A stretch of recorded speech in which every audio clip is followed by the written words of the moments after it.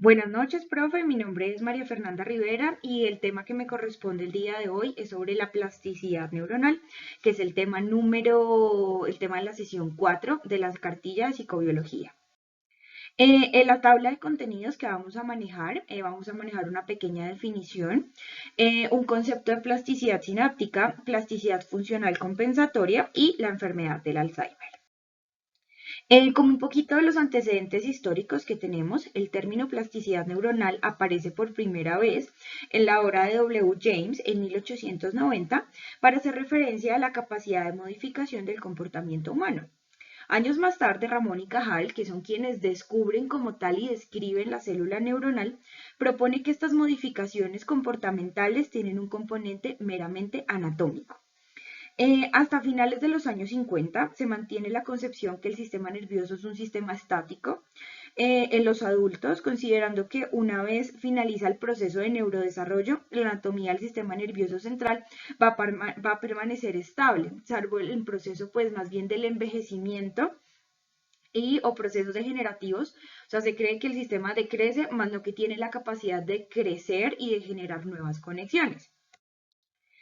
Como tal, la definición de plasticidad neuronal, la plasticidad sináptica se define como el mecanismo que induce cambios en la eficiencia sináptica como resultado de la actividad neuronal de alta frecuencia derivada de la experiencia. La plasticidad neuronal, como tal, se va a definir a la capacidad del sistema nervioso central para cambiar su estructura y su funcionamiento, cómo reacciona a su entorno. El cerebro está formado por millones de neuronas que están relacionadas entre sí de una manera muy compleja a través de las conexiones sinápticas. Esta red pues se va a ir desarrollando a medida del proceso del desarrollo y por eso es tan importante fomentar la plasticidad cerebral en los niños, ya que van a ser los mecanismos que a futuro les van a servir para su vida adulta. Pero adicional a esto, pues existe una amplia evidencia de que el cerebro se va a ir reorganizando continuamente durante todo el proceso vital. Y estos fenómenos, pues, van a ocurrir a todo lo largo de la vida. Esta es una, como repito, esta es una entidad dinámica, nuestro cerebro es sumamente dinámico, pero necesitamos, para que la plasticidad neuronal se desarrolle, necesitamos la estimulación necesaria. Adicionalmente, pues la plasticidad neuronal tomó fuerza a raíz de estudios que se han hecho en pacientes que han tenido algún tipo de lesión y que pues se nota o se ve que después de la terapia estos pacientes mejoran algún tipo de su condicionamiento neuronal hasta pues lo hace o depende pues el tipo de lesión que vaya a tener la persona.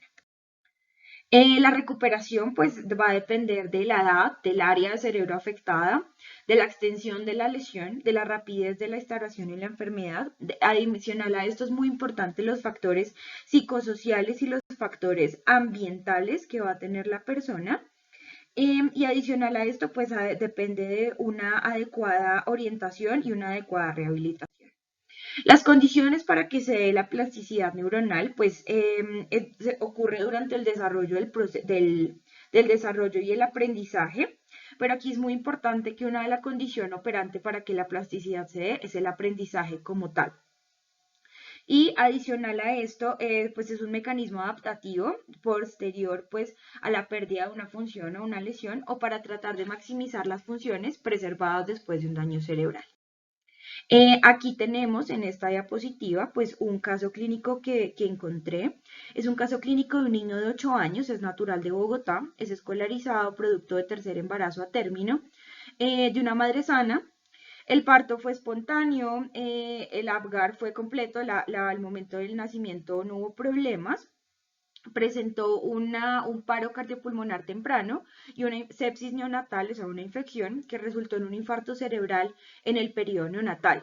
Este bebé requirió 21 días de cuidados intensivos neonatales y presentó un déficit motor evidente desde el tercer mes de edad. Tuvo algunos índices de neurodesarrollo, sostén cefálico a los 6 meses, se estaciona al 11.º mes, gateo al año, marcha a los 20 meses, primeras palabras a los 24 meses. Y durante el primer año se evaluaron potenciales evocados y visuales sin ninguna alteración.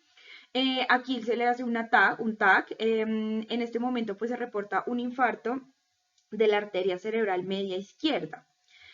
Adicional a eso, pues podemos ver, se le practica una nueva resonancia magnética a los 6 años y se observa un área de malasia, esto quiere decir que es un área muerta, área frontotemporal izquierda, y adicional a esto podemos ver en el lóbulo parietal derecho, pues que hay como una gran área de infarto y de necrosis, pues obviamente todo esto tiene grandes complicaciones pues para el chiquito. Hay una evaluación de neuropedia, se le diagnosticó una parálisis cerebral infantil espástica de tipo hemiparesia derecha, secundaria pues al evento isquémico que había tenido de niño, y este chico fue remitido a rehabilitación neurológica. Aquí pues principalmente trataron de estimularle muchísimo pues el lado izquierdo, ya que pues es el lado como tal que está más bien sano, y aquí está como un después de lo que se realizó. Aquí se puede ver, no sé si el puntero se ve, pero en las áreas rojas son las áreas que se estimularon después de la terapia. Podemos ver que en las primeras imágenes se logró estimular el área derecha, que pues teóricamente una encefalomalacia es un área prácticamente muerta, pero gracias a la terapia y gracias a todo lo que se logró hacer y que este era un niño, se logró pues un gran avance en este chiquito, y pues aquí se puede ver los efectos en la resonancia. Bueno, siguiendo con la parte de la plasticidad sináptica, como tal, pues es la plasticidad que se produce cuando se está produciendo un nuevo aprendizaje o una nueva experiencia. Y adicional a esto, pues está fomentando la creación de nuevas conexiones neuronales. Estas van a crear unas nuevas rutas.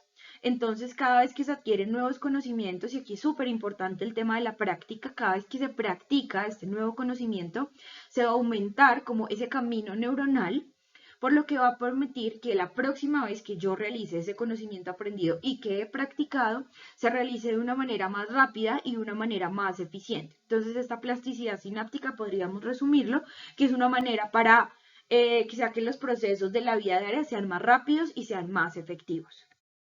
Adicional a esto, tenemos la plasticidad funcional compensatoria. Aquí, pues como bien sabemos, a medida que se envejece, se van a deteriorar todos nuestros procesos neurocognitivos, pero se le ha hecho algunos test, algunos ancianos que se han comparado con jóvenes, y hemos podido llegar a concluir de que algunos ancianos tienen una activación neuronal incluso mayor que la de los jóvenes, o áreas en que no utilizan los jóvenes. Esto pues se ha explicado por una sobreexplotación de las regiones del cerebro. Se utilizan nuevos recursos cognitivos como una estrategia de compensación a ese déficit por la edad y la disminución pues de la materia encefálica y de la plasticidad sináptica. El cerebro va a crear una reorganización de sus redes neurocognitivas, y esto puede llegar a activar otras neuronas, otras áreas nerviosas que durante su vida nunca se activaron. Entonces, esto nos lleva como conclusión de que es necesario fortalecer las interconexiones neuronales para mejorar el rendimiento cerebral y poder explotar pues todo el potencial que tiene nuestro cerebro. Por ende, necesitamos realizar tareas innovadoras y tareas que nos favorezcan la plasticidad neuronal y potenciar esa capacidad día tras día. Siguiendo a esto, vamos a seguir con la enfermedad del Alzheimer.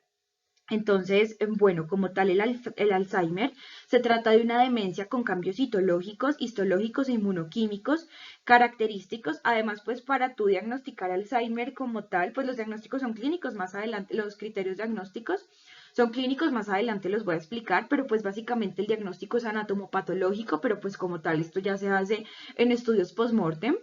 Se encuentran algunas lesiones como los son ovillos neurofibrilares formados por proteínas tau que están anormalmente fosforiladas, placas neuríticas extracelulares con una proteína anómala, proteína amiloide anómala, una pérdida sináptica con degeneración neuronal y depósitos de amiloide. Esto ha sido lo que se tiene como establecido que son los hallazgos casi típicos que se tiene en un paciente con Alzheimer, pero es muy difícil como conocer la fisiopatología como tal, no está escrita al 100%. Aquí se tiene un ejemplo. Entonces tenemos, por ejemplo, en estudios se ha tratado pues de encontrar una causa. El estrés oxidativo es una de las posibles causas, afecta a las placas B amiloides. Además a eso hay una respuesta inmune por parte de la microglía. Todo eso va a producir radicales libres. Los radicales libres son sustancias que se encargan del envejecimiento. Entonces, pues esto va a producir una pérdida, aquí hay como una alteración en los radicales libres, y esto va a producir una pérdida sináptica y que se generen las neuronas, disminuye la plasticidad neuronal, disminuye el deterioro, se produce un deterioro cognitivo y desencadena en enfermedad del Alzheimer. Existen dos etapas, entonces puede ser la primera etapa, va a ser la enfermedad de Alzheimer prodrómica o predemencia. Aquí tenemos la aparición de los primeros síntomas, como lo son el compromiso de la memoria episódica, pero aquí no hay las actividades, no afecta las actividades de la vida diaria. Aquí ya tenemos una etapa de demencia, aquí ya vamos a tener una pérdida, una presentación de los signos, de algunos síntomas que son más específicos, que son como pérdida de la memoria episódica, y adicional a esto se ve afectado otro dominio cognitivo en la persona. Adicional, estas pérdidas de memoria son tan importantes para causarle alguna afectación a la vida diaria de la persona. Adicional a eso, pues vamos a tener algún otro tipo de trastornos, que pueden ser trastornos del lenguaje, praxias, procesamiento visual complejo, y puede desencadenar incluso trastornos neuropsiquiátricos.